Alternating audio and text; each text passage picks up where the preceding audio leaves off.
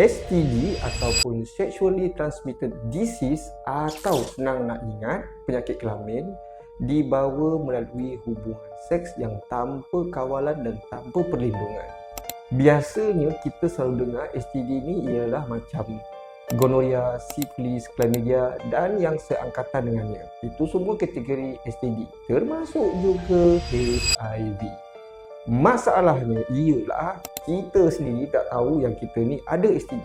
Sebab STD dia tak ada simptom. Contoh kalau kita sesama, kita ada simptom sesama. Kalau kita demam, kita ada sakit kepala, pening kepala. Itu semua simptom untuk demam. Masalah terbesar STD, tak ada simptom, tak sakit, tapi berjangkit. Macam mana kita nak settle benda ni? Datang dapatkan saringan awal, buat ujian STD, buat STD test. Ini bukan soal siapa curang, siapa salah ataupun siapa yang bertanggungjawab. Ini adalah soal tanggungjawab kita terhadap pasangan kita. Lakukan ujian STD anda sekarang.